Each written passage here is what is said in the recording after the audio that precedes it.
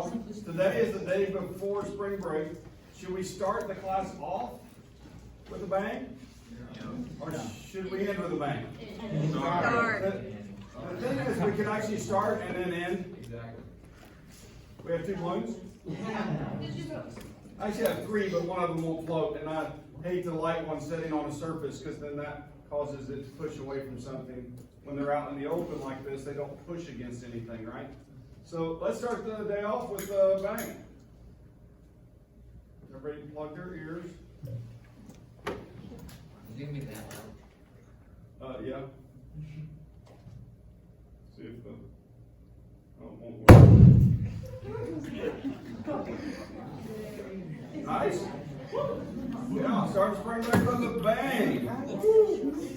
Yay, so we'll save that one. Is that cool? So, other things, housekeeping, okay? If you need me to move a sapling date and you want to work over spring break, something on that line, I would be glad to do that for you, okay? So, I will provide that service if there is something you want to go back and do that you didn't get done, or if you need help with. Yep. Chapter 12 is bonus, right? It's every third. I'd have to look. I don't know which chapters are extra credit and which aren't. It's not extra credit. I think it's actually 4 credit. I looked with somebody the other day. But now, you've done another chapter that's extra credit, right? Is that correct? I think it's like Chapter 11 should Every be. third chapter, or approximately every third chapter is extra credit. The same with the learning curves. Okay, about every third one of those is an extra credit. I do that because I want you people who, number one, are perfectionists, be able to have a 100% score and still miss some. Okay, because sometimes they're impossible to put the right answer in, even for me. Okay, the formatting in them is a struggle sometimes. And literally, it may be that you took off a hydrogen that you shouldn't have, or you added one, even though it's structurally correct, it isn't what they were looking for. Does that make sense? That really does happen. Okay, so I know that. Or the same with the math problems. It rounds to you see a different number of sig figs than the author of the question, right? And so you've done the math correctly, but it sometimes counts you wrong. So I want you still to practice with it because it's a great tool. You can get feedback, you can get helps and hints if you actually do the problems. Okay? That's the real secret, is you actually committing to doing the problems. And as I always say, do them on paper. Okay? Practice them on paper. That's the way that we really do things in the world when we have to actually manipulate those numbers and handle it and everything else. So it's just a tool. If anybody would like some of that open back up, just drop me an email and I will do that. It may not be today, but it will be in the next few days. Okay? So, midterm grades. I'm going to put in what I have done. I've got one more test correction to do that was turned in late and I stuck where I shouldn't have. I left it on my card and found it this morning. So, but I'm going to try to get those scores into your midterm grade. What I will do is replace your test score that you currently have with the additional points. Okay? Does that make sense? And then we'll return those to your drawer. We did go through with the scratch paper and add a few points back with that too. Just to let you be aware if you have a different number than expected. Okay? So we did add those too. Any other housekeeping? There is a quiz the Friday after we come back, okay? And that quiz will be over chapters 12, kinetics, and what we're beginning today, which is thermodynamics, okay? So we're going to start on our thermo chapter, heat and energy and all those fun things. All right, some of my favorite is general chemistry. Equilibrium. Ta-da-da. Okay. I was reading, I have to tell you guys about this, the coolest case study the other day, right? And it was about a family, a rural family. They were chicken farmers. They were raising chickens. And the chickens, right, were dying. And Grandpa was getting rid of them. The family was sick, right? And so it turns out that the granddad was throwing the chickens down the well. And the family was drinking the foul water.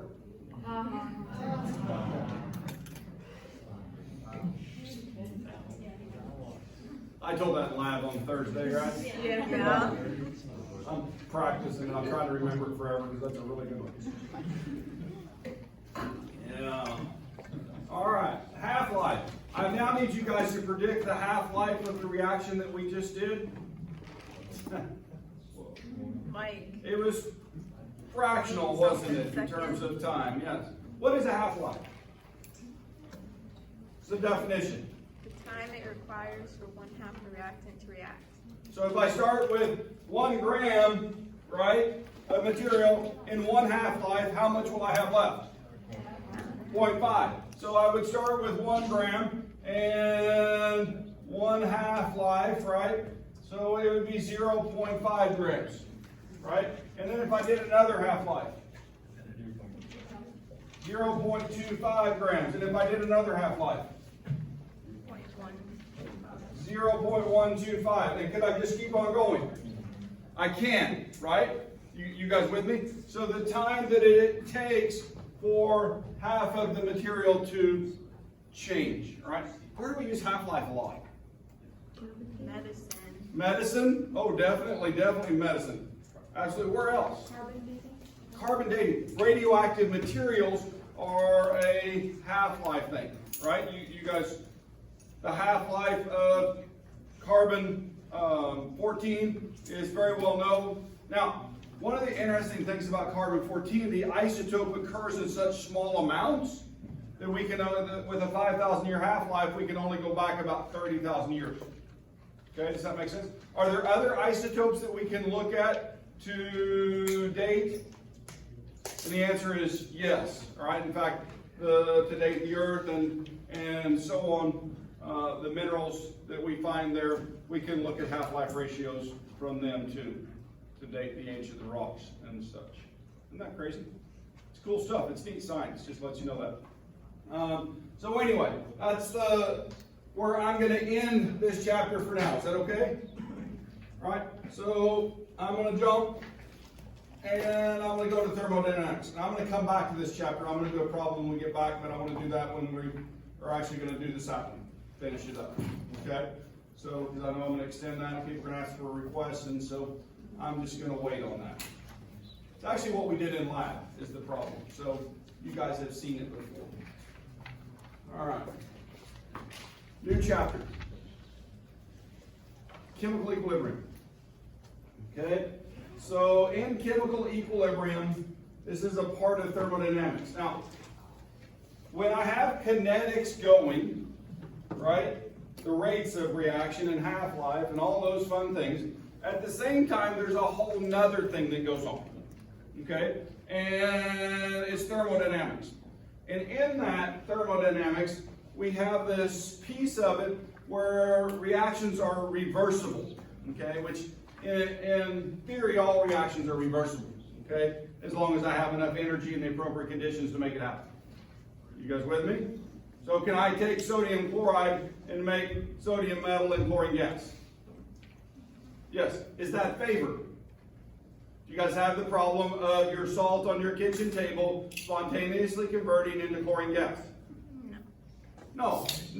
The energy place for it to be in the favorable place is as the sodium ion and the chloride ion. You guys with me? They're more satisfied, or we would use the word in chemistry, they're in a lower energy state. You guys get that, right? So if I want to separate those, I can do a process called electrolysis under the right conditions, and I can take the sodium and take that and make sodium metal, and I can take the chlorine and make chlorine gas. Yeah, literally. I could do it in my kitchen. Cool? But it's not favored. Thank goodness. All right? So, chemical equilibrium, the condition of a reversible reaction where the rate of the forward reaction is equal to the rate of the reverse reaction. Now, in the sodium chloride situation, it is so product favored, sodium plus chlorine, that we use a single arrow in that situation. You guys with me? It is so product favored, we use a single arrow. There is a whole set of reactions which we're going to talk about where we don't use a single arrow, we use a double arrow. Okay? And this is the chemistry that describes those. And so anyway, dynamic condition. Now, there's some language I'm going to give you, which is product favored and reactant favored. So if I write a generic reaction on the board,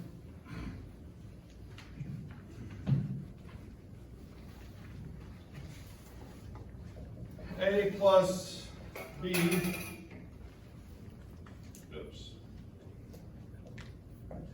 goes to C plus D. Does that look good? Yeah, you guys with me? So this is just a generic reaction, any reaction, and I'm going to change the arrow to a double arrow. Okay? And so now I'm saying that this, instead of going to products, that it is in, well, and let's say it's reached equilibrium, that the reaction is still occurring, it's going this direction, but at the same time it's going this direction. You guys with me? And so when I'm at equilibrium, then those are occurring at the same rate. Now if I have excess reactants, right, but instead of equilibrium concentrations, then the reaction would shift to the right and be product favored. If I have excess products, then actually the reaction can come back this direction. And then the reaction would be reactant favored. Okay? Does that make sense? And so it shifts, we can shift that back and forth. And in fact, we can manipulate reactions by adding excess A and to make sure we use up all of B. Okay? Or opposite of that, we could add excess B to make sure that we use all of A. And so well, there's a principle we're going to talk about. We'll give a formal definition. It's called the Le Chatelier's principle. And so if I have a perturbation of the equilibrium, then it will adjust to compensate for that. Or in other words, it will shift the concentrations. Okay? And so we work with these ideas of products and reactants and which is favored, and then how can we manipulate this system. Now, in addition to the understanding the concept of equilibrium, there's also a set of mathematics to go with this. Yep. So if you have more reactants, it's product favored? If you No, I can cause it to be. I can shift the reaction so that it would be product favored. Okay, or push it. Let's just say it that way. I can push reactions, right, by manipulating the species that are involved. Does that make sense? Yeah. So I can push reactions. Here's a reaction that actually this is done with in the real world. Okay? This is the reaction from the Haber-Bosch process, and this is one of the reactions that revolutionized agriculture. Right? Because it makes ammonia. And what do we use ammonia for? Fertilizer. Right? You guys with me? And so this is showing that we can take N2 and H2, and if I have 1 mole of N2 and 3 moles of H2, then what happens if under the conditions that this reaction is at, I don't think it says on there what those conditions are at. You guys with me? But these are in a specific set of conditions, temperature-wise, pressure-wise, and concentration-wise is described. So if I start here with pure reactants, then the reaction will shift to the product. Okay, you guys with me? And so the product then would be, well, at equilibrium would be 0.3 moles per liter of the N2, 0.89 moles per liter of the H2, and 1.41 mole per liter of the product. Okay? And so at equilibrium, I won't make any more ammonia than that. It will just sit there. You guys with me? All right? Or if I start on this side with pure ammonia, right? Under these conditions, this reaction will go this way, right? And that reaction would then be, instead of product favored, it would be reactant favored. That's what I was trying to explain. Does that make sense now? Okay. So, depending on what I start with, my reaction can move either direction. This is the equilibrium concentrations. Now, the trick I was talking about, Le Chatelier's principle, is that if I can remove, if I start with my starting materials, and then I can start removing the ammonia, right, pull it out, specifically take it away from the others, then what happens is, can I get more of this to react? Can I continue to feed more nitrogen and hydrogen into that system and continue to pull ammonia out? And the answer is yes. Okay? So we can manipulate this in chemistry, right? This is powerful. Okay?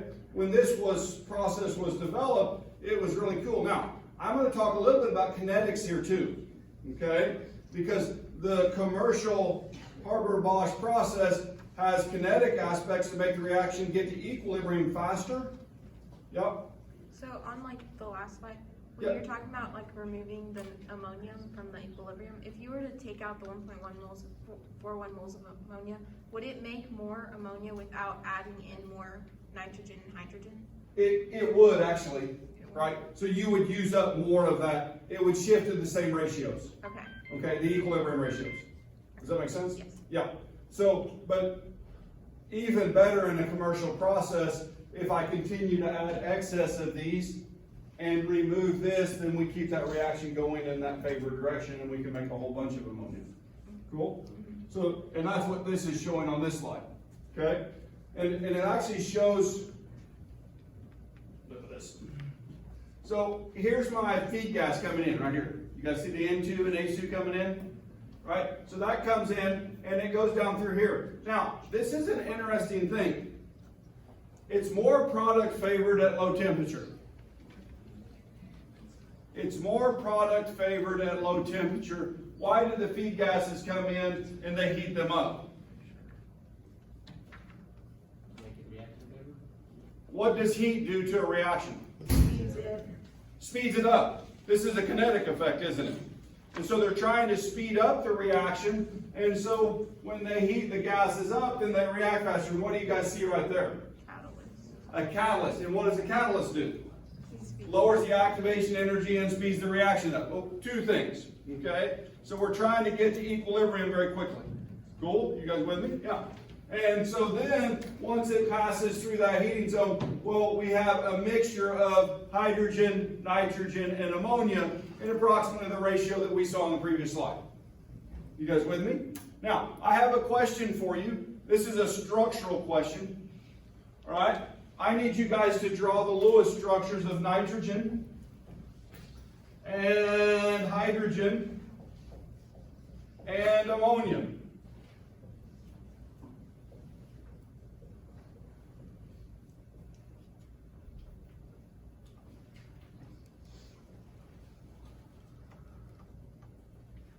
And I'm going to ask a question about them. If I lower the temperature, which one of these three will condense out first? And why? The ammonia. The ammonia will, right? The ammonia has an asymmetric structure, and in fact, what does nitrogen and hydrogen form when it finds another nitrogen and hydrogen? Does it do hydrogen bonding? It does, doesn't it? So this is going to condense out at much higher temperatures than the other two. Right? You guys with me? So what I do is I take my product and I run it through a cooling coil. Right? And I remove the heat from the reaction over here. Right? And when I do, the ammonia condenses out, leaving behind gaseous nitrogen and hydrogen. And you asked if that could react further. Notice what the excess gas does. It goes right back into the reactor and gets heated back up, and we don't lose our starting materials. So yeah, so it can be used to do, and then we supplement that with additional from the outside source. Cool?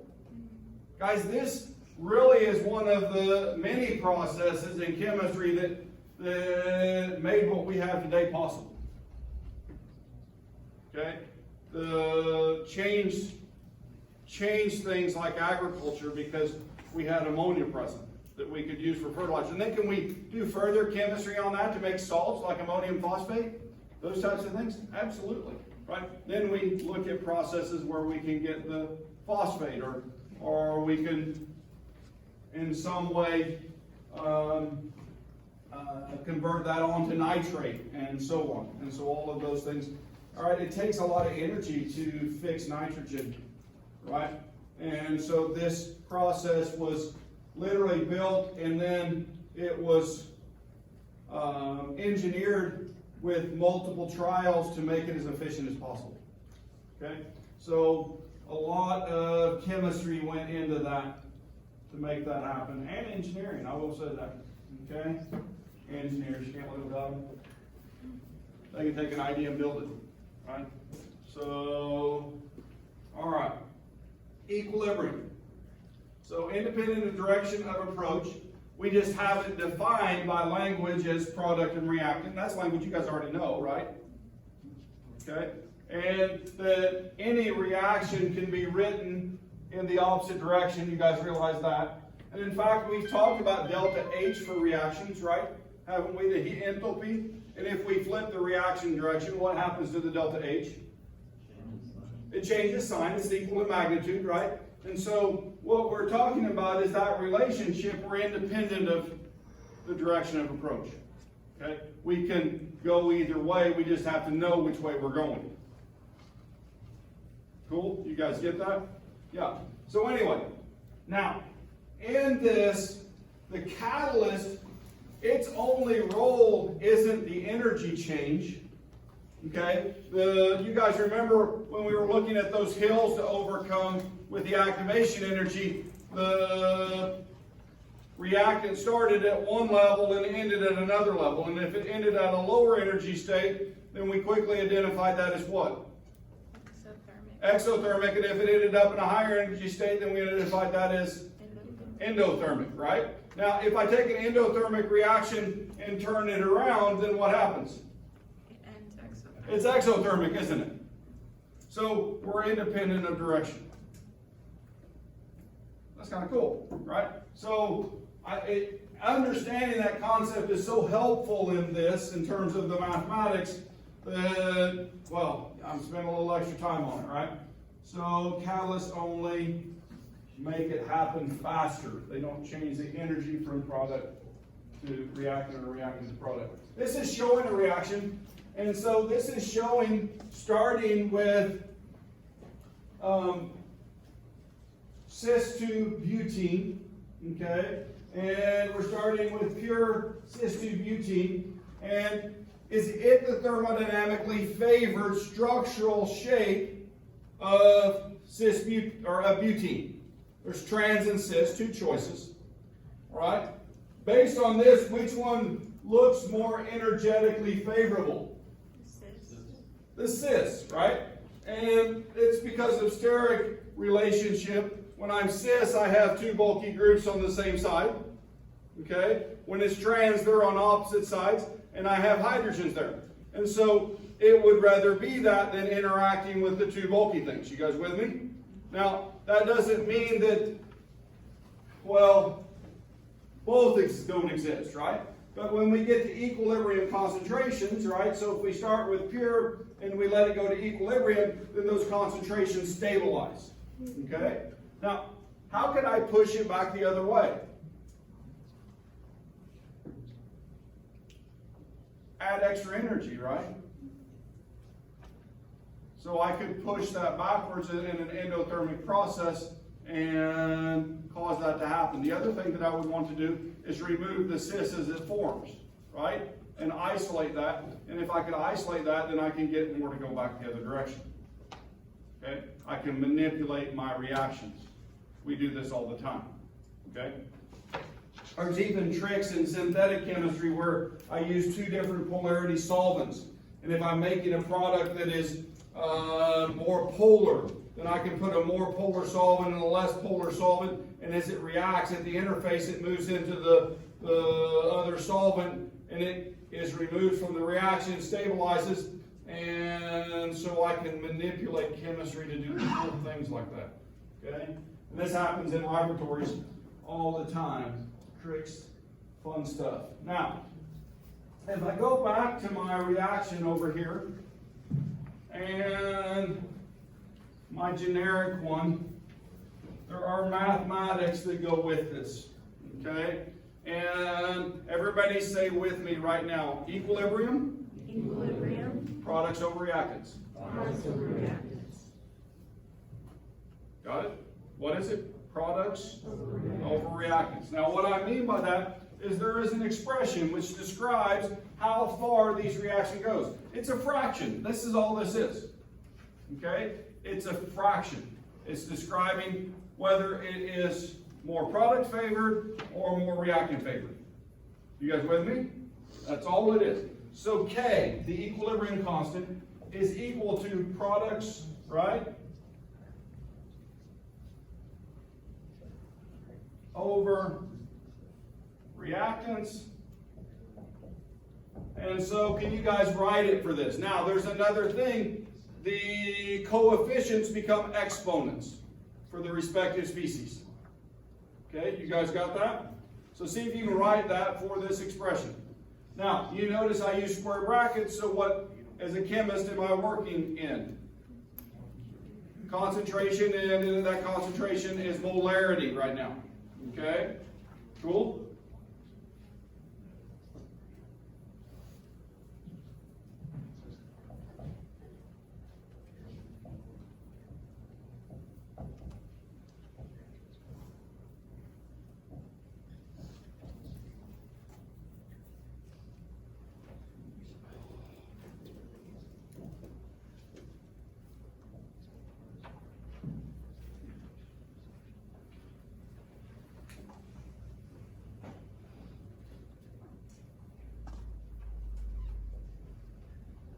Now what it's showing on the board is that if I have a whole bunch of things in the reaction, then I would include all of them. If I have a decomposition, I have one thing going to two things.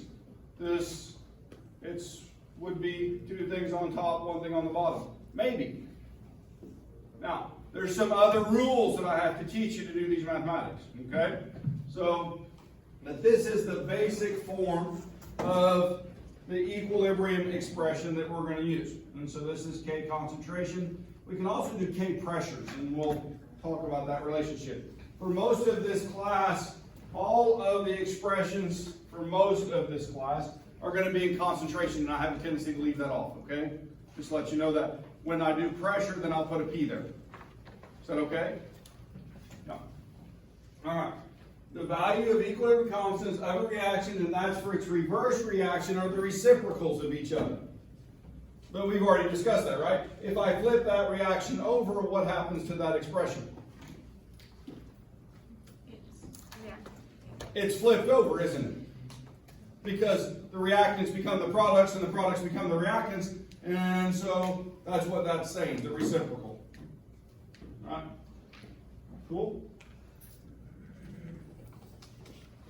All right, gas phase equilibrium. So here is a gas phase equilibrium, and so K sub C.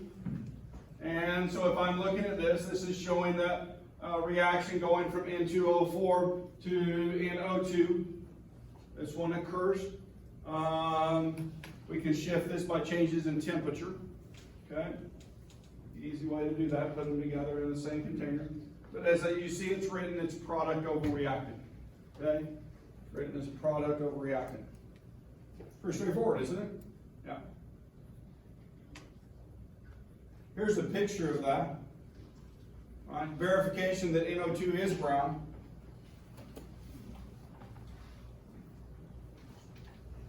So, in fact, this gas, when you drive north out of Branson during the summertime, right?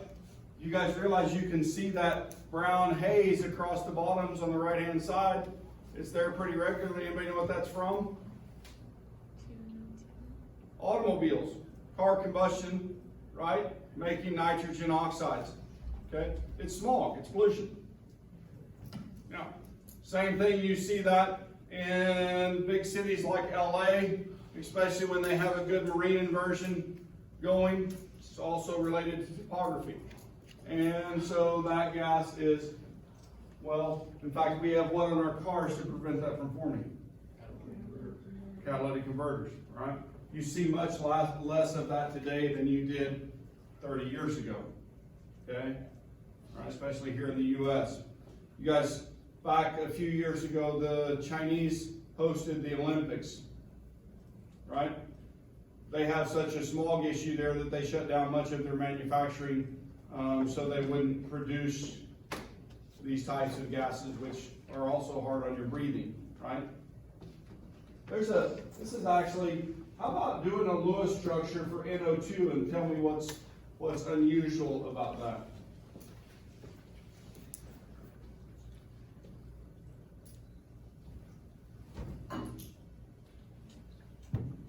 Isn't it funny how I like Lewis structures so much?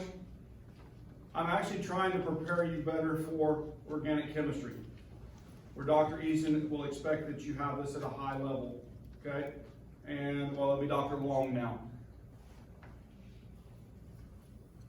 And if you're not taking organic chemistry, you'll just have to bear with the rest of it.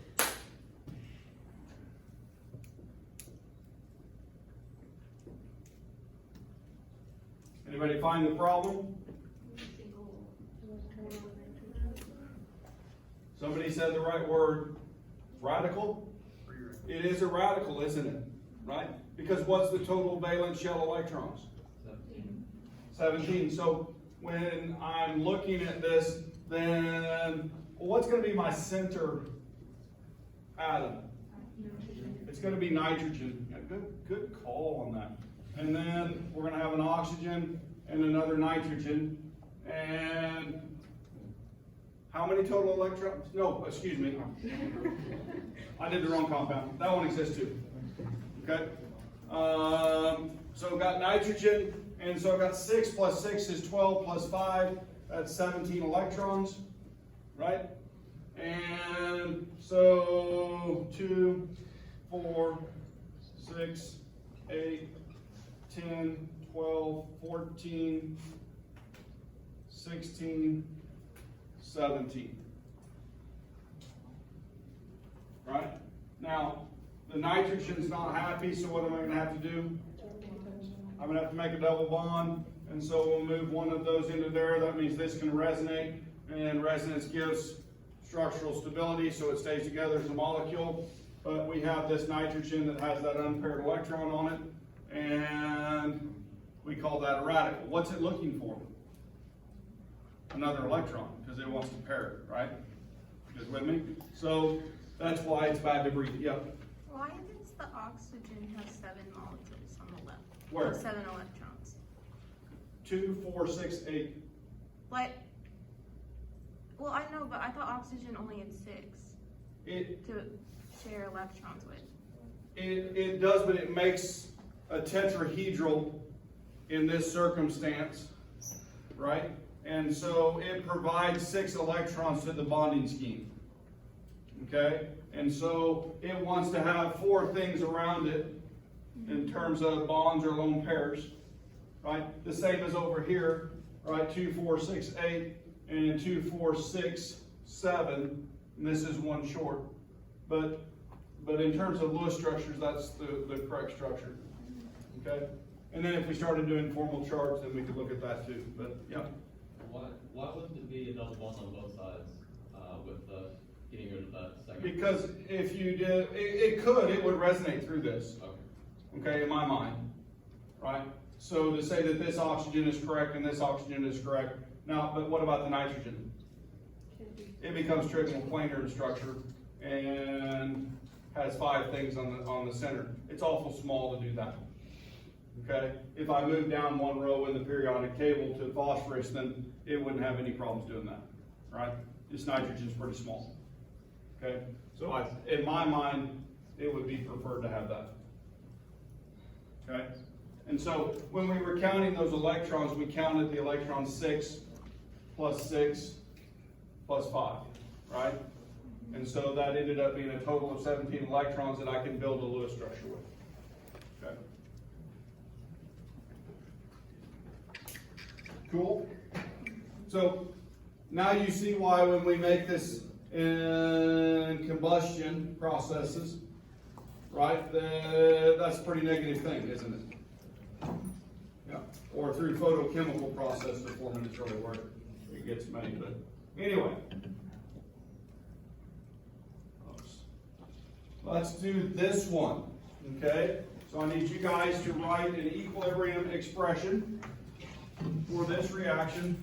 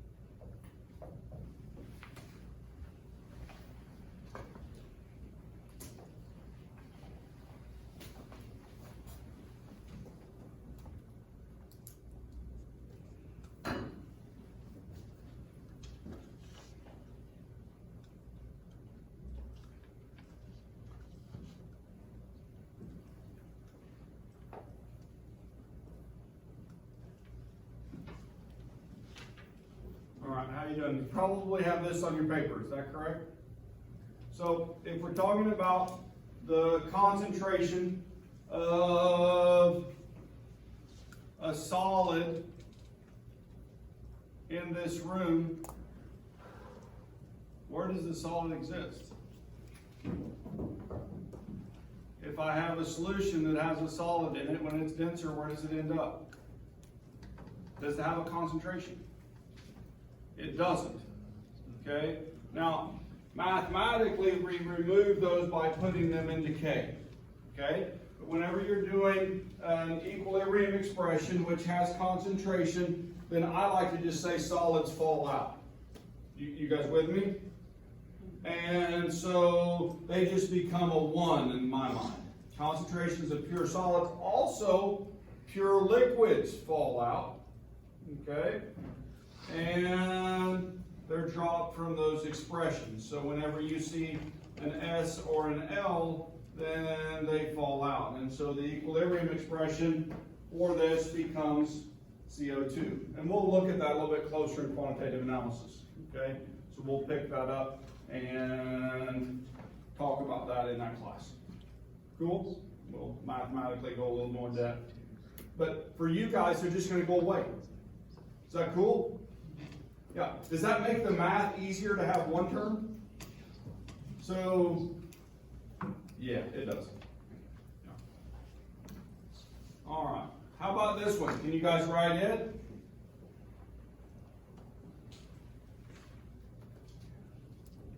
I didn't put the letter designations on there. I probably should have. The first one would be AQ. The second one would be L. The third one would be AQ. And the fourth one would be AQ.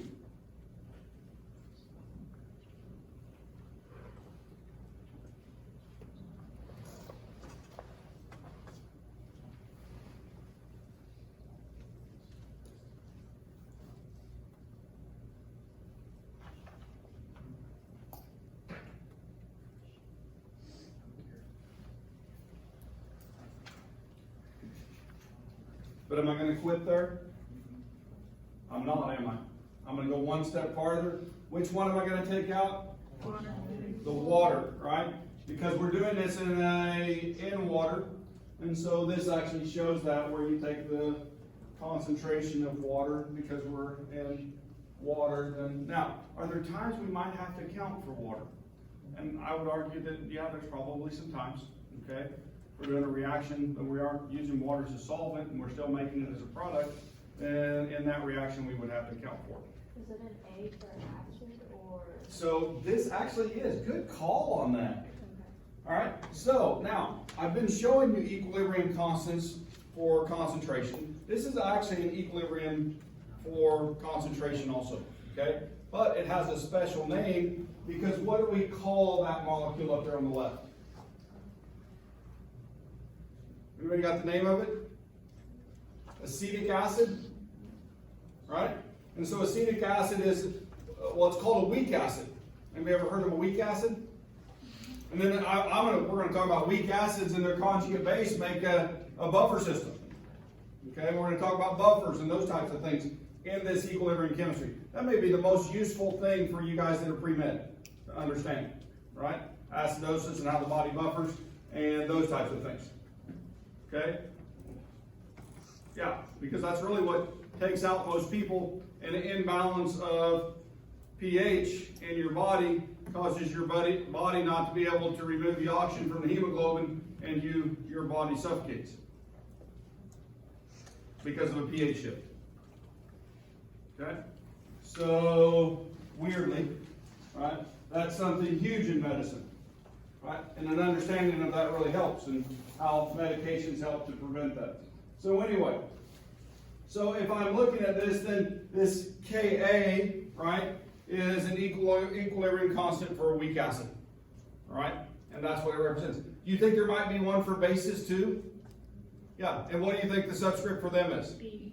B, right, so KBs. And there's a mathematical relationship. You have to bring in another equilibrium expression, that for water, because water's involved in this, okay? And we'll do that when we get to the acid-base chapter.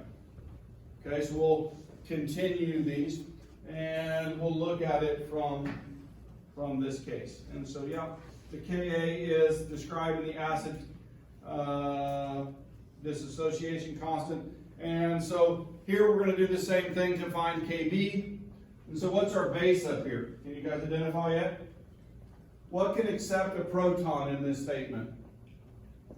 Or what is accepting the proton? When we get a hydroxide, the water gave away what? A hydrogen, and it gave it to what? The ammonia. That's important to see that, because now, hey, wait a minute. I want you to, this is a great teaching moment in my mind. Okay? So ammonia's acting as a base, right? It's accepting a proton. That's a Bronsted acid-base definition. If I'm talking about from the Lewis perspective, then the ammonia has a lone pair of electrons, right? And it donates a lone pair of electrons to that H plus that comes along to make a dative bond. Okay, so the Lewis definition fits all acid-base chemistry. The Bronsted works really good for water. Okay, so anyway, if I'm looking at this, then, well, if we'll finish this expression, then I'm going to go back a slide. Okay, so if I'm looking at this, then I pull the water out and I end up with my Kb. You guys with me? And so now I've got the products over reactants, and it's described in this fashion, and you can find tables of those in the back of your textbook. Okay, we're going to come back to these and do more with them. But I want to back up a slide. All right? So water in the last slide acted as what? It gave away a proton and acted as a what? Nope, the ammonia was the base, right? The water was giving away a proton. Bronsted definition, that means it's a acid. It's a proton donor, right? You guys with me? But what's water doing right here? It accepts a proton, doesn't it? So what's the base in this reaction? Water's the base. Can water be both an acid and a base? Yes. Yes, it's amphoteric, all right? That's the word that we use. That, to me, is a great teaching moment, especially when that's observed right here. We have official slides on that coming. Okay? That's going to be in 2 or 3 weeks. Okay, cool? You guys with me? But, yeah, great observation. I love it. How about this one? What's water acting as? Both. It's acting as an acid and as a base. Right? You guys with me? So why would it in this, why would this reaction occur instead of it just being water molecules? It is. I mean, it is water. This is what water is like all the time. If I have pure water, this is a really interesting thing. Right? This actually has a value at 25 degrees. It's on the board right now. So you see the 1 times, I got enough time to do this. Oh my gosh, I might go fast. You see the 1 times 10 to the minus 14? Right? Yeah. So if I have pure water, H2O, and it is in equilibrium with OH minus plus H plus, I change the expression a little bit, right? You catch that? Actually, this part becomes the same thing in that relationship, okay? So, but the reason I'm doing this is I want to get to that expression.